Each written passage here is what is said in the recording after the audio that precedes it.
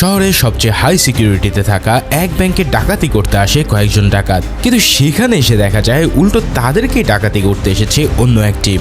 এরপর সে যেই লেভেলে 25,000 কোটি টাকা চুরি করে তা দেখলে তুমি শকড হয়ে পড়বে। কিন্তু প্রশ্ন হচ্ছে এই ডাকাতির উদ্দেশ্য কি, আর কেই বা এই মাচো ম্যান? এই সব প্রশ্নের উত্তর দিতে হাজির হলাম থুনিভু মুভির এক্সপ্লেনেশন নিয়ে। তো চলো আর প্যাচাল না বাড়িয়ে শুরু করা যাক আজকের মুভি এক্সপ্লেনেশন। মুভির শুরুতে আমরা স্টক এক্সচেঞ্জের জালিয়াতি সম্পর্কে একটা নিউজ দেখতে পাই, যেখানে একজন উপস্থাপিকা এইসব জালিয়াতির ব্যাপারে বিস্তারিত বলছিল। এর পরের দৃশ্যে দেখানো হয় নিউ ইয়র্ক স্টক এক্সচেঞ্জকে। এখান থেকে মূলত বিভিন্ন ডাটা অপটিক্স কেবলের মাধ্যমে এজেন্টদের কাছে তথ্য পাঠানো হয়। যখন ডাটা ট্রান্সফার করা হয় এই সুযোগ নেয় ফ্ল্যাশ বয় নামের এক সংগঠন। তারা পাশের এক বিল্ডিংয়ে বসে অপটিক কেবল দিয়ে যাওয়া ডাটা চুরি করে নেয়। ফলে ট্রেডিং শুরু হওয়ার আধা ঘন্টা আগেই তাদের কাছে সব তথ্য চলে আসে। এভাবে ওই সংগঠনটি অনেক টাকা কামাচ্ছে। এরপর আমাদেরকে ফ্ল্যাশ বয় সংগঠনের প্রধানকে দেখানো হয়। তার নাম সুনীল দত্ত। সে মূলে থেকে এই টাকা হাতিয়ে নিচ্ছে, তাই সে এফবিআই এর মোস্ট ওয়ান্টেড আসামি। শেষমেশ এফবিআই তাকে একটা রিসোর্ট থেকে আটক করেও ফেলে, যেখানে সে সুইমিং পুলে বসে আনন্দ করছিল। পরের দৃশ্যে দেখানো হয় সমুদ্রের মাঝখানে কিছু লোক এক জাহাজ থেকে আরেকটা জাহাজে গোলা বারুদ নিচ্ছে। সুনীল দত্তকেও তাদের হাতে তুলে দেওয়া হয়। এর পরের দৃশ্যে এসিপি রামাচন্দ্রনকে দেখতে পাই আমরা। সে তার অস্ত্র এবং দলবল নিয়ে একটা ব্যাংক ডাকাতির পরিকল্পনা করছিল। সে রাধে নামের একজনের সাথে মিলে ইয়োর ব্যাংক নামের একটা ব্যাংকে ডাকাতি করার পরিকল্পনা করে। রামা বলে ওই ব্যাংকে 1,500 কোটি টাকা আছে, যার মধ্যে কিনা 500 কোটি টাকা অবৈধ।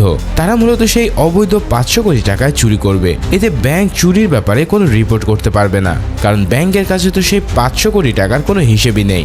এরপর রামা পুরো প্ল্যানটা বলতে থাকে। সে বলে ব্যাংক খোলে সকাল 10টায়। খোলার সাথে সাথে ব্যাংকে গ্রাহকদের ভিড় বাড়া শুরু হয়। সেই সময় ব্যাংকের সকল কর্মকর্তা ব্যস্ত হয়ে পড়ে। তারা ঠিক ওই সময়ে ব্যাংকে ঢুকবে এবং ব্যাংকের সকল লোকদেরকে নিজের কবজায় নিয়ে নেবে। আবার সেই দিনই নাকি একটা সরকারি অনুষ্ঠানও আছে, যেখানে অনেক পুলিশ মোতায়েন করা থাকবে। এখন সেই জায়গার দূরত্ব ব্যাংক থেকে প্রায় 1 ঘন্টার, তাই তারা বেশ কিছুটা সময় পেয়ে যাবে এই ডাকাতি করার জন্য। এরপর তারা পরিকল্পনা করে সামনের গেট দিয়ে তারা 3 জন ঢুকবে এবং পিছন গেট দিয়ে মোট 3 জন। প্রতিটা গেটেই বিস্ফোরক রাখার কথা বলে তারা, যাতে তারা সেগুলো দেখিয়ে মানুষকে ভয়ও দেখাতে পারে। এরপর তাদের প্ল্যান হচ্ছে পিছনের দেওয়াল ভেঙে টাকা নিয়ে পালিয়ে যাওয়ার। রামা রাধেকে বলে সে ওই এলাকার রেসিপি, এর জন্য তাদেরকে নিশ্চিন্তে চুরি করতে বলে এই আশ্বাস দিয়েছে সে যে তার টিম দেরিতে ঘটনাস্থলে পৌঁছাবে। এতে করে তারা চুরি করার সময়ও অনেক বেশি পাবে। যাই হোক, এরপর দেখা যায় রাধে এবং তার লোকজন ব্যাংকে গিয়ে সেখানকার সকল লোকদের নিজেদের কবজা নিয়ে ফেলে। তারা ব্যাংকের সকল নিয়ন্ত্রণ নিজেদের হাতে নিয়ে নেয়। তবে সেখানে গিয়ে সে দেখতে পায় এক সাদা কালারের চুলদারির লোক সেখানে বসে আছে। এই লোকটার নাম হলো ডার্ক ডেভিল। ওরা আর কি ডাকাতি করতে আসবে, উল্টো ডার্ক ডেভিল তাদের সবাইকে এমন ধোলাই দেয় এবং এই ধোলাই খেয়ে তারা সবাই কুপকাত হয়ে পড়ে। এরপর সে পুরো ব্যাংকের নিয়ন্ত্রণ নিজ হাতে নিয়ে নেয়। এখন সেখানে থাকা সাধারণ সব কর্মচারী ভাবতে থাকে যে হয়তো এই লোকটা তাদেরকে ডাকাতির হাত থেকে বাঁচালো। তবে তাদের ভুল ধারণা ভেঙে দিয়ে ডার্ক ডেভিল বলে সে নিজেও ব্যাংকে ডাকাতি করতে এসেছে। এরপর ডেভিল রাধেকে অফার দেয় তার দলে যোগ দিতে। এই কথা শুনে রাধেও প্রায় রাজি হয়ে যায়। এরই মাঝে একজন ব্যাংক কর্মকর্তা পুলিশকে খবর দিয়ে ফেলে। এরপর আমরা এসিপি রামাকে দেখি যে আরাম করে চা খাচ্ছিল। তার কাছে ব্যাংক ডাকাতির খবর আসে, কিন্তু সে সেখানে যায় না এবং শুধু তাই নয়, সে কাউকে যেতেও দেয় না, কেননা সে তো চাচ্ছে যত দেরি করে যাওয়া হবে তত তাদের জন্যই ভালো। তবে এরপরে তার কাছে খবর আসে যে ব্যাংকের কন্ট্রোল এখন অন্য কারো হাতে, অর্থাৎ ডেভিলের হাতে। এই কথা শুনে এসিপি ঘাবড়ে যায় এবং সেদিকে দ্রুত রওনা দেয়। যাওয়ার পথে এসিপি ডেভিলের সাথে কথা বলতে চায়, কিন্তু ডেভিল এসিপির সাথে কোনো কথা বলতে চায় না। সে বলে সে শুধু সাব ইন্সপেক্টর অ্যান্টনির সাথেই কথা বলবে। পুলিশ এবং মিডিয়ার সকল লোকজন ইতিমধ্যে এই কাণ্ড দেখে ঘটনাস্থলে পৌঁছে, ফলে পুরো দেশে এই নিউজ ভাইরাল হয়ে পড়ে। এরপর আমরা দেখতে পাই এই কোম্পানির চেয়ারম্যান ক্রিসকে। সে তার পার্টনার স্যামের সাথে কথা বলছিল, যেখানে সে স্যামকে জানায় তাদের ব্যাংকটি একটা ডেভেলপার ব্যাংক। চুরি এবং ডাকাতি হলে তাদের ব্যাংকের নাম অনেক খারাপ হবে। এর জন্য সে হুকুম দেয় যেন ডাকাতরা একটা টাকাও ডাকাতি করতে না পারে। তারপর ঘটনাস্থলে উপস্থিত হয় কমিশনার ডায়ালাম। সে সব কথা শোনার পর সবকিছু নিজের হাতে তুলে নেয়। অন্যদিকে ডেভিল তার লোকজনদেরকে ভল্ট খুলে টাকা নিতে বলে। তবে লকার খোলার পর দেখা যায় সেখানে অনেক টাকা। ডেভিল সেই ব্যাংকে সকল কর্মচারীদের লাগিয়ে দেয় ওই টাকা গোনার জন্য। এখন টাকা গোনা শেষে দেখা যায় সেখানে একদমই 1500 কোটি টাকা আছে। তখন রাধে পিছন থেকে ডেভিলের উপর আক্রমণ করে বসে, তবে ডেভিল তাকে গুলি করে আহত করে দেয় এবং রামার একটা ভয়েস রেকর্ড শোনায়। এখানে রামা ডাকাতি শেষ হওয়ার পর রাধেকে মেরে ফেলার প্ল্যান করেছিল। এই সব শুনে রাধে ডেভিলকে এবার সম্পূর্ণরূপে বিশ্বাস করে নেয়, যার ফলে সে তার কথা মতো কাজ করতে থাকে। এদিকে টিভিতে ডেভিলের কথা সরাসরি লাইভ সম্প্রচার করা হয়, যার ফলে এবার সবাই তাকে মাইকেল জ্যাকসন বলতে থাকে, কারণ সে ভয়েস চেঞ্জার দিয়ে কথা বলছিল এবং তার কথা মাইকেল জ্যাকসনের মতোই শোনা যাচ্ছিল। এরপর স্যাম আসে ঘটনাস্থলে এবং কমিশনারের সাথে কথা বলে সে অবৈধ 500 কোটি টাকার কথাও জানিয়ে দেয়। তখন তারা আশ্বস্ত করে যে এই ব্যাংক থেকে একটা টাকাও বের হতে দেবে না তারা। এরপর কমিশনার ডেভিলের কাছে তার ডিমান্ড জানতে চায়। ডেভিল বলে তার একটা সাবমেরিন লাগবে টাকা নিয়ে পালিয়ে যাওয়ার জন্য। এদিকে এই হাইস্টে ডেভিল কিন্তু একা নয়, কেননা তার সাথে রয়েছে আর একজন পার্টনার যার নাম কানমালি। আসলে কানমালি বাইরে থেকে বসে ডেভিলকে হেল্প করে যাচ্ছিল। সে মূলত বাইরে থাকা সকল সিসিটিভি ক্যামেরা হ্যাক করে ফেলে এবং এরপরে পুলিশ কমিশনাররা কি বলছে না বলছে এই সব কিছুই একটা সিক্রেট ওয়েভের মাধ্যমে ডেভিলকে পাঠাতো। এখানে কানমালি কনস্টেবলের কাছে একটা সিগন্যাল পাঠায়, আর সিগন্যাল পাঠানোর মাধ্যমে সে জানতে চাচ্ছে যে তার হাতে বেশি সময় নেই, ডেভিল যা করতে যাচ্ছে তা সে খুব দ্রুতই করে ফেলবে। এর পরের দৃশ্যে আমরা পুলিশের অস্থায়ী দপ্তর হসপিটাল দেখতে পাই। সেখানে একজন আহত পুলিশকে দেখানো হয় যে কিনা সেদিন ঘটনাস্থলে ছিল। তাকে জিজ্ঞাসাবাদ করা হয় যে সে ওখানকার কাউকে চিনতে পেরেছে কিনা, তবে সে জানায় সেখানে সবাই মাস্ক পরা ছিল, এছাড়াও সাদা শার্ট এবং কালো প্যান্ট তাদের ড্রেস। তবে তাদের মধ্যে একজনে সাদা শার্ট এবং সবুজ প্যান্ট পরা ছিল। সে আরো জানায় তারা সেখানে মোট 9 জন ছিল। এরপর পুলিশ সিসিটিভি ক্যামেরায় দেখে 6 জন ডাকাত ওই দিন ব্যাংকের বাইরে থেকে প্রবেশ করেছে, অর্থাৎ 3 জন আগে থেকেই ব্যাংকে ছিল। তখন কমিশনার আবারও পুরাতন ফুটেজ দেখতে বলে। এখানে পুরাতন ফুটেজে তারা ডেভিলকে দেখতে পায়। অন্যদিকে ডেভিল একটা বড় বোমার খোঁজ পায়, কিন্তু এই জিনিসটা দেখে ডেভিল বেশ অবাক হয়ে যায়, কিন্তু তারা সাথে করে এখানে কোনো বোম আনেনি। এই থেকেই সে বুঝতে পারে যে এখানে অন্য আরো একজন আছে যে কিনা এই ডাকাতি করতে চায়। এই পয়েন্টটা তোমরা মনে রেখো, কেননা এর উত্তর আমরা মুভির লাস্টে পাবো। ভিডিওর এই পর্যায়ে তোমাদের জন্য রয়েছে একটা সারপ্রাইজ। তোমরা এখানে ফুটবল, ক্রিকেট সহ সব ধরনের খেলার স্কোরিং জানা সহ আরো মজার মজার সব গেম খেলতে পারবে। এছাড়াও তাদের আছে 24/7 কাস্টমার সাপোর্ট। আরো বিস্তারিত জানার জন্য আমার পিন কমেন্টে থাকা ভিডিওর লিঙ্কে গিয়ে ভিজিট করে এসো। এরপর আবার ক্রিস মুখ্যমন্ত্রীকে কল দেয়। কল দিয়ে বলে ব্যাংকে মিলিটারি ফোর্স পাঠাতে, যাতে তার ব্যাংক থেকে টাকা চুরি না হয় এবং তার ব্যাংকের মান সম্মান নষ্ট না হয়। তার কথাতেই মুখ্যমন্ত্রী একটা মিলিটারি ফোর্স পাঠিয়ে দেয়। তারপর পুলিশ এবং মিলিটারি একসাথে মিলে কেসটা পরিচালনা করার সিদ্ধান্ত নেয়। তখনই ডেভিল ব্যাংকের বাইরে দাঁড়িয়ে থাকা 2টো গাড়ি বিস্ফোরণের মাধ্যমে উড়িয়ে দেয়, যার ফলে সাধারণ লোকদের মাঝে এবার ভীতি আরো গভীরভাবে কাজ করতে থাকে। এই সব কিছু দেখে মিডিয়ার লোকজনরাও আরো বেশি ইন্টেন্স হয়ে পড়ে। তারা এই খবর পুরো দেশে ছড়িয়ে দেয়। এই অবস্থার সুযোগ নিয়ে বিরোধী দলের সরকারের বিরুদ্ধে নিন্দাও শুরু করে দেয়। টিভিতে এই খবর দেখে ব্যাংক চেয়ারম্যান ক্রিস তার বন্ধুকে কল করে এবং জানতে চায় কোনো সাহায্য লাগবে কিনা। সে বলে এই কেসের দায়িত্ব কমিশনার নিজ হাতে নিয়েছে, তাই তাকে নিশ্চিত থাকতে হবে। এরপর আমরা দেখতে পাই ডেভিলের সাথে ওয়্যারলেসের মাধ্যমে কেউ একজন যুক্ত আছে, যে কিনা ব্যাংকের সিসিটিভি ক্যামেরা এবং ব্যাংকের বাইরে থাকা সিসিটিভি গুলো হ্যাক করে তথ্য সংগ্রহ করেছে।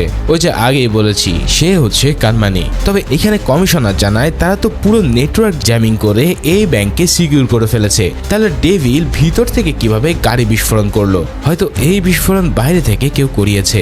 তারপর কমিশনার সেখানে কিছু স্নাইপারকে কাজে লাগিয়ে দেয়। এখন এই কথাগুলো কিন্তু আবার কানমানি শুনে ফেলে এবং সে ডেভিলকে ইনস্ট্যান্ট ইনফর্ম করে ফেলে। এরপর ডেভিল কমিশনারকে এই স্নাইপারের কথা জানালে কমিশনারও পুরো ভরকে যায়। এখন তার মনে প্রশ্ন হচ্ছে ডেভিল কিভাবে বুঝতে পারলো যে সেই স্নাইপারদেরকে সেট আপ করেছে। এর মাধ্যমে কমিশনার কনফার্ম হয়ে যায় যে ব্যাংকের বাইরেও ডেভিলের কোনো লোক আছে। এর জন্য ডেভিল তার মাধ্যমে বাইরে থেকে সকল খবর পেয়ে যাচ্ছে। তাই এবার কমিশনার ব্যাংকের বাইরে থাকা সকল সিসিটিভি ক্যামেরা ভেঙে ফেলতে বলে। এরপর তারা চলে যায় সেই বিস্ফোরণের জায়গায়। এখানে তারা ইনভেস্টিগেট করার সময় একটা তার খুঁজে পায়। রামা এবং তার লোকজন সেই তারের পিছু করতে থাকে এবং তারের একদম শেষ মাথায় যায়, কিন্তু সেখানে এসে দেখা যায় তারটা কাটা ছিল। এখানে থাকা একজন লোক তখন তাকে বলে সে নাকি কিছুক্ষণ আগে একটা ভ্যানকে এখান দিয়ে যেতে দেখেছে।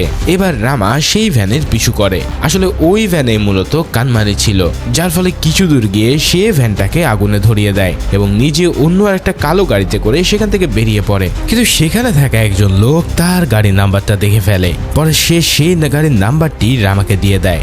রামা এবার 5 জন লোককে গাড়ির পিছনে লাগিয়ে দেয়। তাড়াতাড়ি তারা গাড়িটাকে ফলো করতে করতে একটা পার্কিং লটে এসে পড়ে। এখানে কানমানি সেই 5 জনকে গুলি করে মেরে সেখান থেকে পালিয়ে যায়। তবে যাওয়ার পথে সে সবকিছু ডেভিলকে জানিয়ে রাখে। এটা শুনে ডেভিল কমিশনারকে বলে পার্কিং এরিয়াতে 5টা লাশ পড়ে আছে, তাই সে জানায় তোমরা এই লাশগুলোকে উদ্ধার করো, আর আমার মনে হয় সেখান থেকে তোমরা কোনো প্রমাণ খুঁজে পাবে। সে আরো জানায় সেখানে এই ডাকাতির মাস্টার প্ল্যান খুঁজে পাবে। এই কথা শুনে পুলিশের একটা টিম তখনই সেই পার্কিং এরিয়াতে যায়। সেখানে গিয়ে তারা লাশগুলোকে দেখতে পায়। এছাড়াও ওখানে দেখা যায় একটা ফোন রাখা আছে, সেই ফোনটাতে একটা ভিডিও চলছিল, আর এই ভিডিওটা হচ্ছে রামার। আসলে রামা যে ডাকাতি প্ল্যান করেছিল সেটা এই মুহূর্তের ভিডিও। এরপর পুলিশ কমিশনারকে এই ভিডিওটা দেখালে পুলিশ কমিশনার রামাকে গ্রেফতার করে নেয়। অন্যদিকে দেখা যায় কানমালি ইতিমধ্যে স্যামকেও অপহরণ করে ফেলেছে। সে তাকে ভয় দেখিয়ে ব্যাংকের সকল সিক্রেট জেনে ফেলে। কানমালি স্যামের মাধ্যমে জানতে পারে যে ব্যাংকের লকারে 25,000 কোটি টাকা আছে। অন্যদিকে কমিশনার রামাকে জিজ্ঞাসাবাদ করতে থাকে।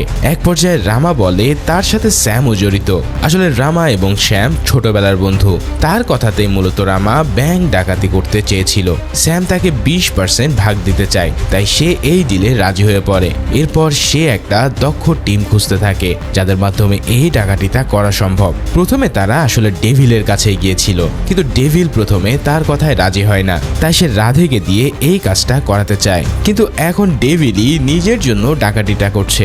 এদিকে পুলিশ সিসিটিভি ক্যামেরা চেক করলে বোমা প্ল্যান করা ব্যক্তিটারও খোঁজ পেয়ে যায়। তারপর কমিশনার সেই লোকটাকে খুঁজে বের করার জন্য লোক লাগিয়ে দেয়। ওদিকে কমিশনারও তাদের এমন বুদ্ধি দেখে অবাক হয়ে যায় এবং বুঝতে পারে যে সে কোনো সাধারণ ডাকাত নয়। এরপর পুলিশ রেকর্ড চেক করে দেখে যে ডেভিল তো মারা গেছে। ডেভিল মারা গেলে ডাকাতি করছে কে? এটা ভেবে কমিশনার এবার চিন্তিত হয়ে পড়ে। সে ভাবতে থাকে যে যারা ডাকাতি করেছে তারা কি ভুয়া ডেভিল? আবার রামা বলে যে ব্যাংকের মেইন গেটে নাকি একটা নকল বোমা লাগানো আছে। এই বলে সে ওই বোমাটা খুলতে যায়। সে বোমাটি খুলে ছুঁড়ে মারে। ঠিক তখনই বোমাটা বিস্ফোরণ হয় এবং রামা সেখানেই মারা যায়। এরপর মন্ত্রণালয়ের একজন লোক পুলিশ কমিশনারকে ফোন দিয়ে বসে।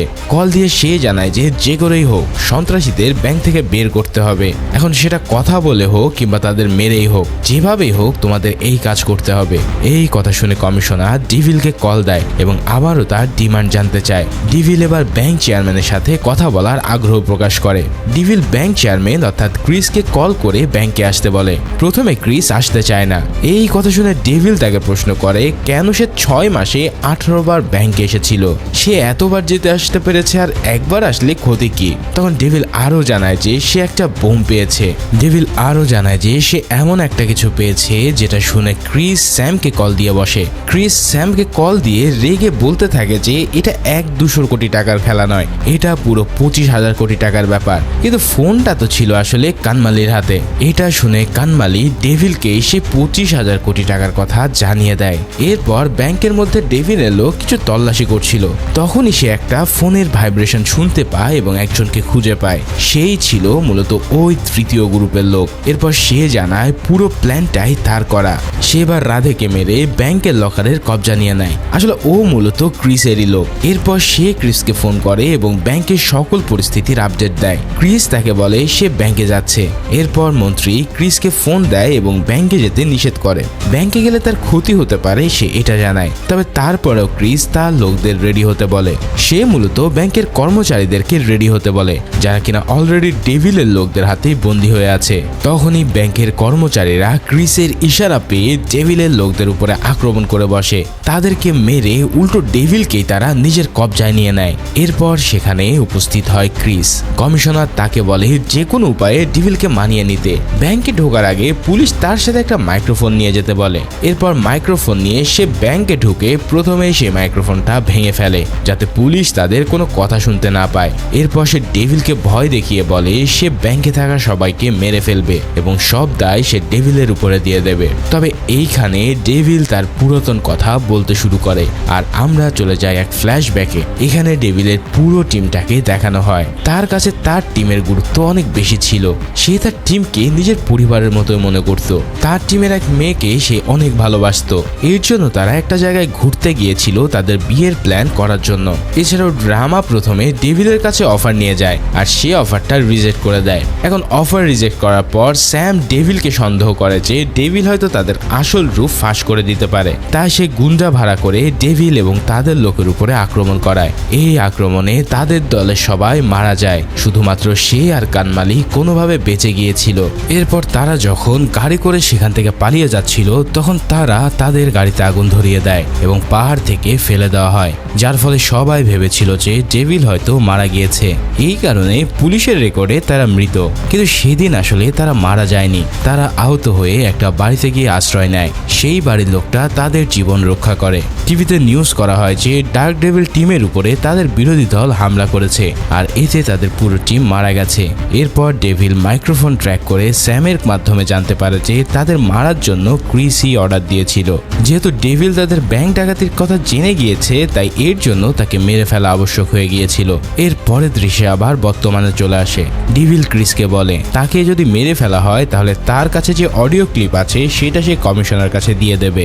এই কথা শুনে ক্রিস তাকে একটা অফার দেয় এবং সে জানায় 500 কোটি টাকা এখান থেকে নিয়ে চলে যেতে। তবে ডেভিল জানায় 500 কোটি নয়, তার 25,000 কোটি টাকাই লাগবে। অন্যদিকে পুলিশও ইতিমধ্যে স্যামকে খুঁজে পায়। ডেভিলই মূলত কমিশনারকে স্যামের লোকেশন দিয়েছিল। স্যাম পুলিশকে ক্রিসে সব প্ল্যানগুলো বলে দেয়। ক্রিস যে রামাকে দিয়ে ডেভিলের কাছে ডাকাতির প্রস্তাব গিয়েছিল সেই কথা সে পুলিশকে জানিয়ে দেয়। এই সব কথা জানানোর পর সাথে সাথে কানমালি সেখানে এক বোমা বিস্ফোরণ ঘটায়। এতে স্যাম সেখানে মারা পড়ে। কমিশনার ক্রিসকে কল দিয়ে স্যামের মৃত্যুর ব্যাপারে জানায় এবং নিজেকে সাবধান থাকতে বলে। এই সব কথা শুনে ক্রিস তার লোকদের বলে ডেভিলকে মেরে ফেলতে। তার লোকেরা ডেভিলকে মারার জন্য বন্দুক চালায়, কিন্তু বন্দুক থেকে তখন একটা গুলিও বের হয় না। আসলে সেগুলো সবই ছিল নকল বন্দুক। এরপর ডেভিল একে একে ক্রিসের সব লোকদেরকে নির্মমভাবে মারতে শুরু করে আর এর কিছুক্ষণের মধ্যেই সে ব্যাংকের কন্ট্রোল আবারও নিজের হাতে নিয়ে যায়। এরপর ঘটনা আবারও ফ্ল্যাশব্যাকে ফিরে আসে। এখানে ইয়োর ব্যাংকের একটা অনুষ্ঠান দেখানো হয় যেখানে বিভিন্ন ব্রাঞ্চের সেরা এমপ্লয়ীদের পুরস্কৃত করা হচ্ছিল। সেই অনুষ্ঠানে সাংবাদিকরা জানতে চায় এখন অনেক মানুষই ক্রেডিট কার্ড নিতে চায় না, তাহলে তাদের ক্রেডিট কার্ডের কি হবে? তখন একজন কর্মচারী বলে কাস্টমারদের আমাদের ক্রেডিট কার্ডের লোক দেখাতে হবে, তাদেরকে ক্রেডিট কার্ড সম্পর্কে ভালো ভালো এবং উপকারী কথা বলতে হবে। এখন গ্রাহকদের ক্রেডিট কার্ড রাখলেই হবে, তাতে তারা ব্যবহার করুক বা না করুক। এখন এই ক্রেডিট কার্ডের মাধ্যমে গ্রাহকরা যখন খুশি লোন নিতে পারবে। লোনের জন্য তাদের ধারে ধারে ঘুরতে হবে না। এমন লোভনীয় অফার পেয়ে গ্রাহকরা ক্রেডিট কার্ড কিনতে আগ্রহী হবে। তখন লোকটি আরো বলেছে এতে তো খারাপ দিক আছে, যেমন 50 দিন লোন পরিশোধ করতে না পারলে 36% ইন্টারেস্ট দিতে হবে এবং 3 মাসে লোন ডাবল হয়ে যাবে। তখন কর্মচারীটি লোকটাকে ভালোভাবে বুঝিয়ে দেয় যে এই সব কিছু জানলে তাদের বিক্রি হবে না, অর্থাৎ যে করেই হোক তাদের ক্রেডিট কার্ড বিক্রি করতে হবে। তারপরে আমরা সেই লোকটাকে দেখতে পাই যে নিজেও একজন কর্মচারী। তাকে ক্রেডিট কার্ড ডিপার্টমেন্ট থেকে মিউচুয়াল ফান্ড ডিপার্টমেন্টে ট্রান্সফার করে দেওয়া হয়। এভাবেই 1 বছর কেটে যায় আর এইভাবেই ব্যাংকটি গ্রাহকদের কাছ থেকে 25,000 কোটি টাকা স্ক্যাম করে হাতিয়ে নেয়। তারপর ব্যাংকটি নিজেকে দেউলিয়া ঘোষণা করে যাতে ব্যাংকের চেয়ারম্যানে সে 25,000 কোটি টাকা আত্মসাৎ করে নিতে পারে। টিভিতে এই সব দেখে গ্রাহকরা সেই কর্মচারীকে ফোন দিতে শুরু করে। তখন ফোন দিয়ে বলে তার উপরে ভরসা করে তারা মিউচুয়াল ফান্ডে টাকা রেখেছিল। এই সব কথাবার্তা শুনে সেই কর্মচারী বসের কাছে যায়। তার বস থেকে ফোন বন্ধ রেখে নিজের কাজে মন দিতে বলে। তবে সে তার বসকে হুমকি দেয় যে সে সব কিছু পুলিশকে জানিয়ে দেবে। তারপরে তার বস বলে তুমি যে গ্রাহকদের ফোন দিয়েছিলে সেখানে তোমার স্বাক্ষর আছে। ফর্মে ভালোভাবে বলা ছিল যে ব্যাংকের টাকা লস হলে গ্রাহকরাও তাদের টাকা হারাবে। এটা তুমি গ্রাহকদের বলনি, অতএব তোমারই জেল হবে। অন্যদিকে ক্রিস কিছু কাজের জন্য ব্যাংকে আসে। ক্রিস আসার খবর শুনে গ্রাহকরা তখন রাস্তায় নেমে যায়। তারা ব্যাংকও ঘেরাও করে ফেলে। তারা সংখ্যায় অনেক বেশি ছিল। আসলে ক্রিস আসবে এই খবর গ্রাহকদেরকে সেই কর্মচারী দিয়েছিল। এরপর ক্রিস এটা জানতে পারে এবং অন্যান্য কর্মচারীদের সাথে কথা বলতে থাকে উপরের তলায়। তখন সেই কর্মচারীটা নিচে ছিল। এবার তাকে উপরে ডাকা হয় এবং উপর থেকে তারা ফেলে দেয়। এরপর সেই বিক্ষোভকারী গ্রাহকের মধ্যে থেকেও 3 জনের গায়ে আগুন ধরিয়ে তারা মেরে ফেলে। অন্যদিকে যেই কর্মচারীকে ফেলে দেওয়া হয়েছিল তাকে অ্যাম্বুলেন্সে করে হসপিটালে না নিয়ে গিয়ে শহরের ভিতরে ঘোরাতে থাকে তারা, যার ফলে বিনা চিকিৎসায় সে মারা পড়ে। আর এই সব কিছু হয়েছিল ক্রিসের নির্দেশে। কমিশনার রামাচন্দ্র সেই কর্মচারীর বাবাকে কল করে বলে তার ছেলে নাকি আত্মহত্যা করেছে। আর এইখানেই আমরা জানতে পারি যে সেই ছেলে আর কেউই নয়, বরং সেই লোকটা যে ডেভিল এবং তার টিমকে আশ্রয় দিয়েছিল। এরপর সিন চলে আসে বর্তমানে। ডেভিল কমিশনারকে ফোন দিয়ে হেড কনস্টেবলকে মিডিয়ার লোকদের ভিতরে পাঠাতে বলে। সে লাইভে গিয়ে ক্রিসদের সকল জালিয়াতি ফাঁস করবে। এরপর একটা ক্যামেরাম্যান এবং হেড কনস্টেবলকে ভিতরে নিয়ে আসা হয়। এখানে ডেভিল ক্রিসকে দিয়ে একটা ডকুমেন্টে সাইন করিয়ে নেয়। তারপর লাইভের মাধ্যমে ক্রিস তার সকল পাপ স্বীকার করে নেয়। সে কিভাবে জনগণের 25,000 কোটি টাকা মেরে দিয়েছে সে সব কিছু ফাঁস করে। অন্যদিকে ক্রিসের একজন পার্টনার সিএমকে ফোন দিয়ে ক্রিসকে বাঁচাতে বলে। তবে সিএম বলে তারা একাই 25,000 কোটি টাকা মেরে দিয়েছে, তাহলে কেন সে তাদেরকে বাঁচাবে? এটা শুনে ক্রিসের পার্টনার তাকে 50% দেওয়ার প্রতিশ্রুতি দেয়। এই লোভে সিএম এবার রাজি হয়ে পড়ে। অন্যদিকে কমিশনার ক্রিসের লাইভ দেখে খুশি হয়ে যায়, কারণ এখন জনসাধারণ তাদের টাকা ফেরত পাবে। তবে এরপরে ঘটনাস্থলে সিএম এর পাঠানো মিলিটারি ফোর্স চলে যায়। তারা ক্রিস বাদে সবাইকে মেরে ফেলার সিদ্ধান্ত নেয়, যার ফলে এরপর আমরা ব্যাংকের ভিতরে দৃশ্য দেখি যেখানে ক্রিসের সাথে সুনীল দত্ত ছিল। আমরা জানতে পারি যে সুনীল দত্তকে মূলত এফবিআই ধরেছিল না, ধরেছিল ডেভিলের লোক, কারণ সুনীল দত্ত এই জালিয়াতির সঙ্গেও জড়িত ছিল। এর জন্য আজকেও তাকে ব্যাংকে হাজির করিয়েছে। এরপর ডেভিল তাদেরকে জিজ্ঞেস করে যে জালিয়াতির টাকা তারা কোথায় রেখেছে। তখন তারা বলে লকারের মধ্যে একটা সিক্রেট লকার আছে, সেখানে সব টাকা থাকার কথা। তখন সবাই সেখানে যায়, কিন্তু আশ্চর্যের বিষয় সেখানে কোনোই টাকা ছিল না। তখন ডেভিল একটা শকিং খবর দেয়। এখানে মূলত ক্রিস তার সাথীদের সাথেই ধোঁকা দিয়েছে। সে গত 6 মাসে 18 বার ব্যাংকে এসেছে, আর প্রতিবারই একটি কন্টেনারে করে টাকা ভরে নিয়ে গেছে। তার মানে পুরো 25,000 কোটি টাকা সে নিজেই খেয়ে ফেলেছে। এখন সেই টাকাগুলো সে তার জাহাজে রেখেছিল, তাই সে এই ব্যাংক ডাকাতির পরিকল্পনা করে এবং সব জায়গায় আসল বোমা রেখে পুরো ব্যাংকটাকে সে উড়িয়ে দিতে চেয়েছিল, কেননা এতে করে তার সকল প্রমাণ লুকানো সম্ভব হবে এবং সে তার পার্টনারদের বলতে পারবে যে ব্যাংকে বোমা বিস্ফোরণের মাধ্যমে সব টাকা পুড়ে গেছে। এই সকল প্ল্যান আগে থেকে ডেভিল জেনে যায়, আর এই কারণে সে ডাকাতির দিন ব্যাংকে এসে এই সব কাণ্ড করে। তখন ডেভিল ক্রিসদের সেই সিক্রেট লকারে আটকে রাখে। ঠিক তখনই মিলিটারিরাও ব্যাংকে হামলা করে বসে। তারা এলোপাথারি ব্যাংকটার দিকে গুলি করা শুরু করে। এদিকে আবার কানমালিও একটা ট্রাক নিয়ে ব্যাংকের দিকে এগিয়ে আসছিল। এখন এই ট্রাকের ভিতরে অনেক গোলা বারুদ ছিল। এতে এত পরিমাণ গোলা বারুদ ছিল যে এটা বিস্ফোরণ হলে পুরো শহর ধ্বংস হয়ে যাবে। এখন এই গোলা বারুদগুলোই সেগুলো যেগুলো আমরা মুভির শুরুতে একটা জাহাজ থেকে অন্য জাহাজে নিতে দেখেছিলাম। কানমালির হাতে একটা রিমোট কন্ট্রোল ছিল, যেটাই ক্লিক করলেই ঘটবে বিস্ফোরণ। সে মিলিটারিদেরকে বলে যদি তাদের কাজে বাধা দেওয়া হয় তাহলে সে কন্ট্রোলারে ক্লিক করবে। এর জন্য মিলিটারিরা তাদের কাজ বন্ধ করে দেয়। এরপর ডেভিল ব্যাংক থেকে বের হয় এবং কানমালিকে নিয়ে সেখান থেকে চলে যায়। তবে এরই মাঝে পুলিশরাও কিন্তু তাদের পিছু শুরু করে। ডেভিলরা জানতো যে পুলিশ তাদের পিছু করবে, এর জন্য তারা একটা প্ল্যান করে। তারা ব্যাংকের টাকাগুলো রাস্তায় ছড়িয়ে দিতে থাকে আর মানুষ সেগুলো ওঠাতে শুরু করে। এতে অনেক বড় একটা জ্যামের সৃষ্টি হয় এবং পুলিশের গাড়ি আটকে পড়ে। এরপর ডেভিল একটা স্পিড বোর্ডে করে সেই ডাকাত জাহাজের দিকে রওনা হয়। ঠিক তখনই পুলিশের বড় বহর চলে আসে এবং তাদের উপর আক্রমণ করে বসে। পুলিশ সংখ্যায় অনেক বেশি হয়, ডেভিলরা তাদের সাথে পেরে ওঠে না। এছাড়াও ডেভিলদের বোট অনেক ক্ষতিগ্রস্ত হয়, ফলে তাদের বোটটা ডুবতে থাকে। এরপর পানির গভীরে তারা ঝাঁপ দিয়ে অনেকক্ষণ ধরে খোঁজা শুরু করে। তবে অনেক খোঁজাখুঁজির পরেও তারা তাকে পায় না। তারপর পুলিশরা সেখান থেকে ফিরে আসে। তবে ডেভিল এবং কানমানি পানি থেকে উঠে আরেকটা নৌকায় চড়ে বসে। এরপর সেই কমিশনারের কাছে কল দিয়ে সেই টাকা ভর্তি জাহাজের লোকেশন বলে দেয়, কেননা সে চায় এই টাকাগুলো যাদের তারা যেন এই টাকা ফেরত পায়। এরপরে কমিশনার সেই জাহাজের কাছে গিয়ে টাকাগুলো উদ্ধার করে। শেষমেশ সাধারণ জনগণ তাদের কষ্টের টাকাটা ফেরত পেয়ে যায়। আর এরই মাধ্যমে আজকের মুভিটাও এখানেই শেষ হয়।